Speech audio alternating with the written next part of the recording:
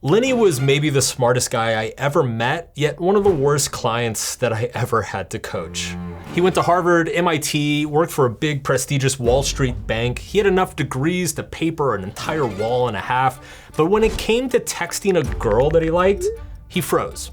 He'd run complex simulations in his head, attempt to explain to me the game theory of using emojis, argue with me endlessly about evolutionary biology, get into deep philosophical conversations about the vagus nerve and the overstimulation of screens, and by the end of it, he would have talked himself out of a simple text message asking a girl out for coffee. My name is Mark Manson. I am New York Times bestselling author, and before I sold 20 million books, I used to coach people. I used to coach guys like Lenny.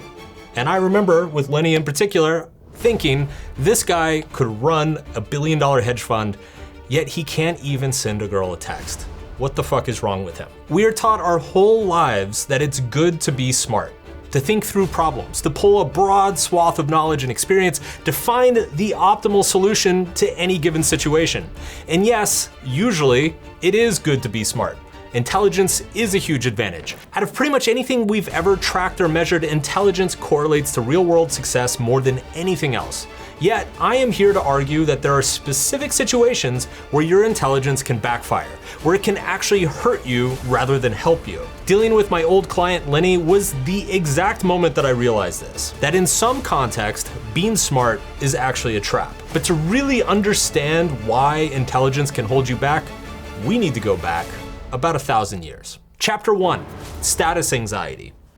The year is 1431, and in the center of France, a 19-year-old peasant girl stands tied to a stake. She's surrounded by priests and soldiers, and the smell of smoke is thick in the air. Her name is Joan of Arc, and she's about to be burned alive. Now the reason? She claims that God speaks to her, and that she's been chosen to lead the armies of France and change the fate of the world. And somehow, she actually does. But that doesn't matter, because in the end, the same boldness that actually got her to accomplish her goals is also the same boldness that gets her killed. All because she refused to know what her place was. See, in the medieval era, culture was shaped by a few dominant stories, and one of the most powerful stories was this, that your place in society was divinely assigned. There was nothing you could do to change it. If you were born a peasant, it was because God meant for you to live as a peasant. Same thing for those born as nobles and kings.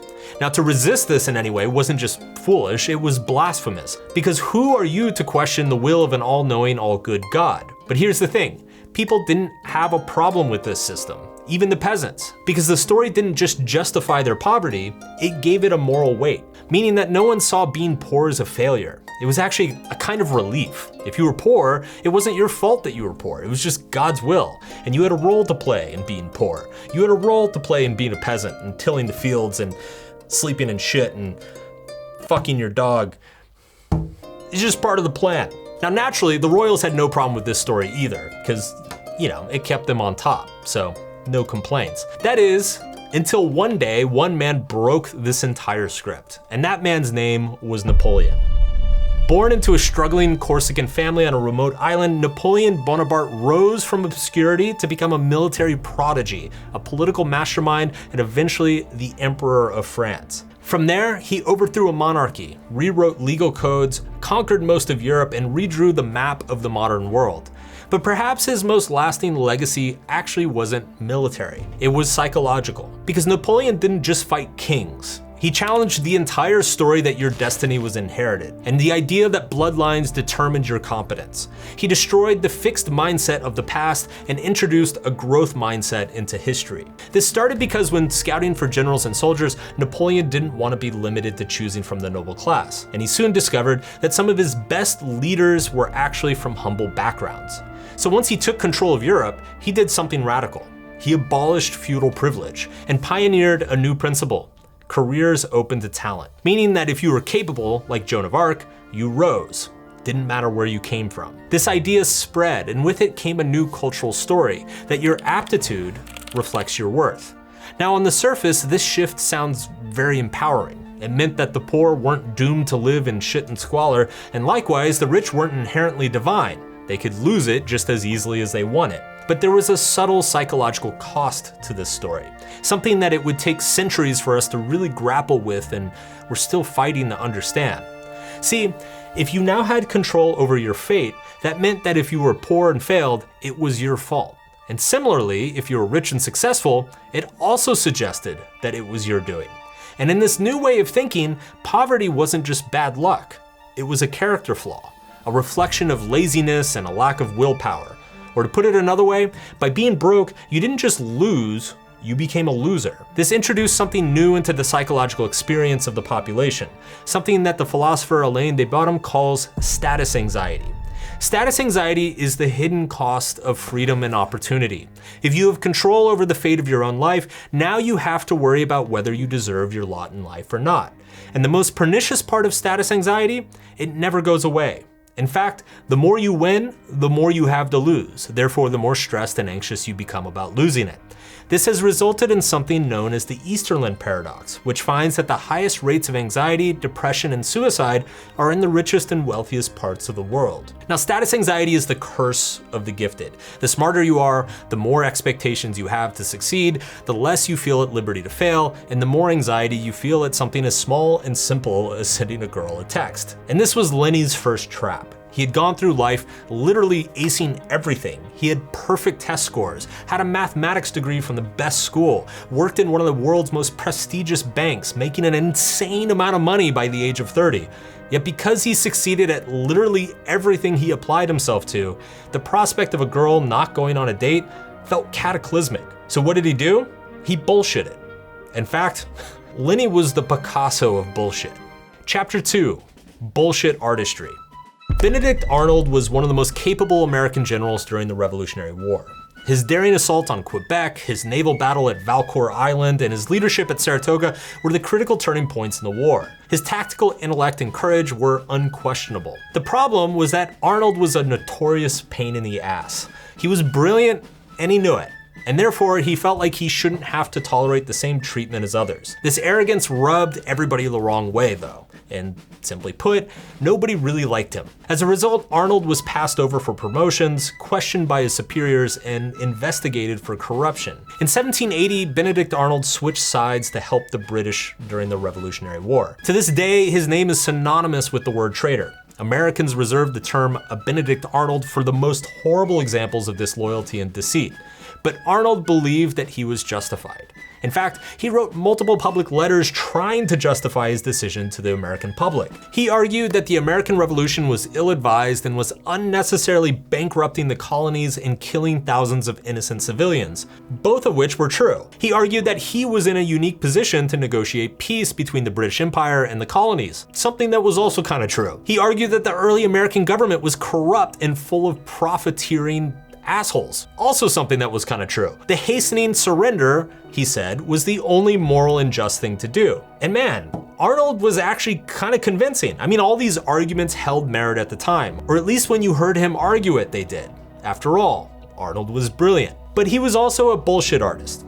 Every intelligent person is. And this is one of the traps. See, the smarter you are, the better you are at rationalizing excuses for whatever you want to do. The better you are able to make something immoral sound moral, the better you're able to make something irrational sound rational, the better you're able to make something trifling seem significant and something significant seem trifling.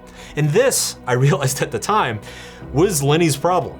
He was a bullshit artist. He was so smart, he could argue and debate his way out of anything.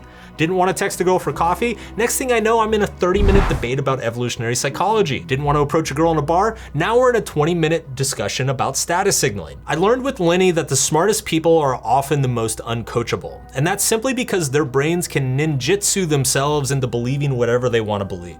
And hell, if you're not careful, they'll get you to believe it too. And this is the tragedy of the most brilliant minds in the world. Something that I guess you could call the IQ trap. Chapter 3. The IQ Trap. Fast forward to 1994, a controversial book hits the shelves, The Bell Curve. Its central claim?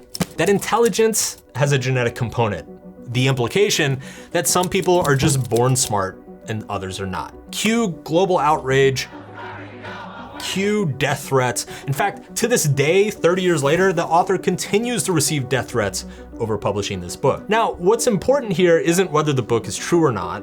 that's actually kind of irrelevant to the point I want to make. But what is important is to notice the world's response to it. The backlash wasn't just about science, it was about morality. Because in today's meritocracy, intelligence isn't a skill.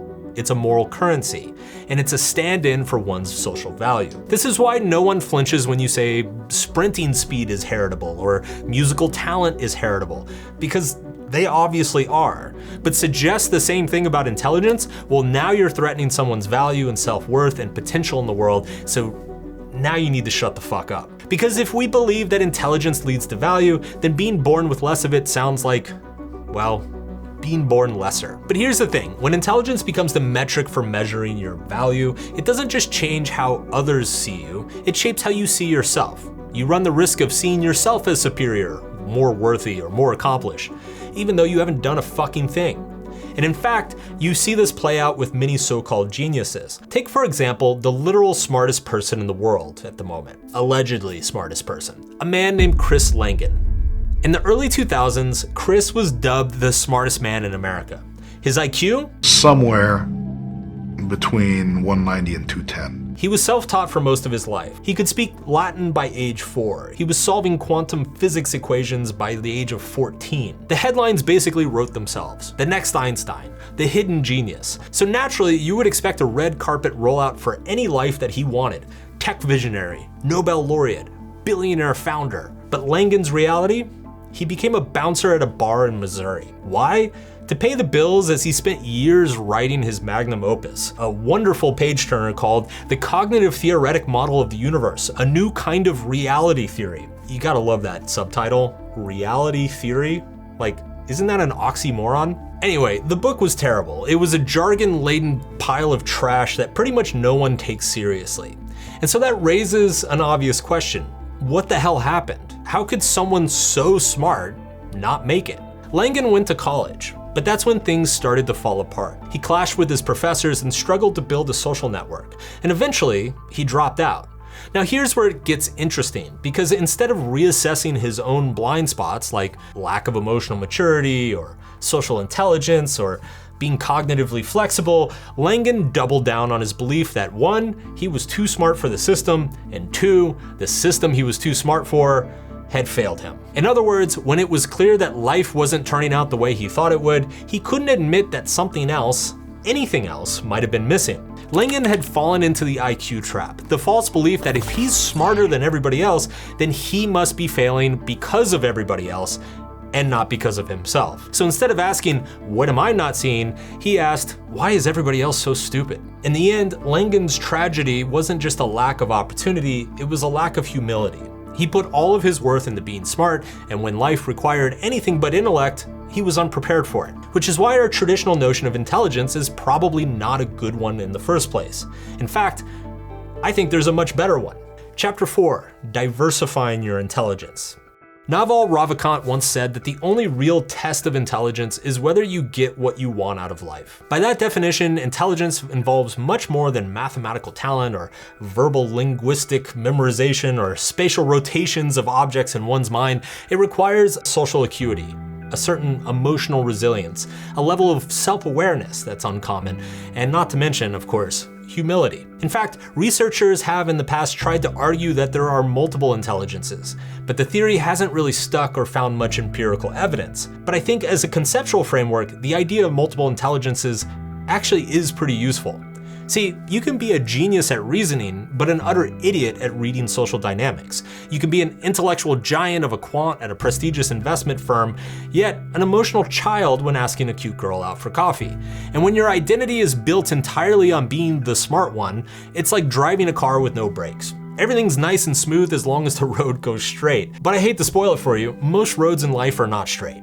There are lots of twists and turns and cliffs you can drive off of. The book Range by David Epstein illustrates this extremely well. Epstein shows in a number of fields and pursuits that people who are generalists, that is, people who explore widely, think across disciplines, and embrace diverse ways of thinking, outperform specialists in uncertain, complex environments. And this is because generalists have trained themselves to be adaptable, to connect the dots, to stay flexible in the face of uncertainty. And let's face it, Life is incredibly uncertain. Relationships are very complex. Emotions are messy and often irrational. So it's fair to say that being smart isn't enough for the windy roads of life. Instead, you need to be adaptive.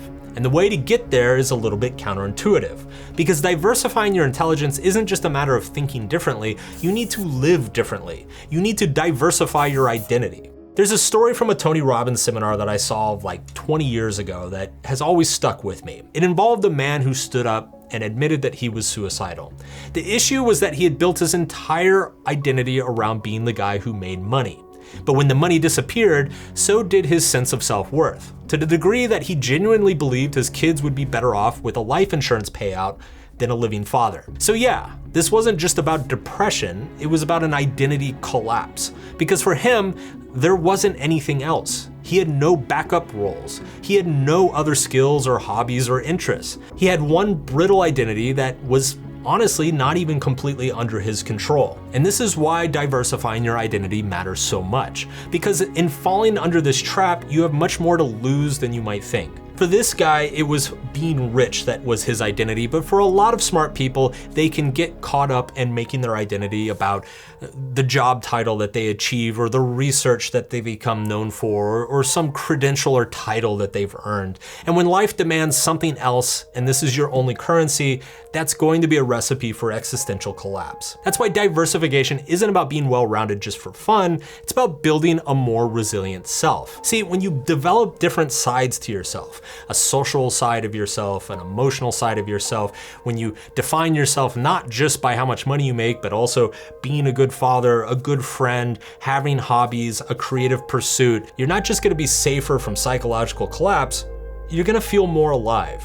So here's the question that smart people should be asking themselves. Are you using logic because it's effective, or because it's the only thing you feel safe using? And more importantly, is your identity giving you the life you want, or just the life that you think you're supposed to chase? Because if your real goals are connection, intimacy, and meaning, you're not gonna get there with a spreadsheet. You don't build a relationship with risk analysis, and you don't recover from shame by doubling down on being more clever. And if you're like Lenny, you're not gonna experience joy by calculating the evolutionary function of your emojis. Real life, the messy, fulfilling kind, demands more than your intellect. It demands the courage to feel, the humility to grow, and the willingness to become many things, not just one. So if you remember anything from this video, let it be this. Stop trying to be the smartest person in the room and start trying to be the most adaptive one. Because yes, intelligence is a gift, but range is what makes you whole.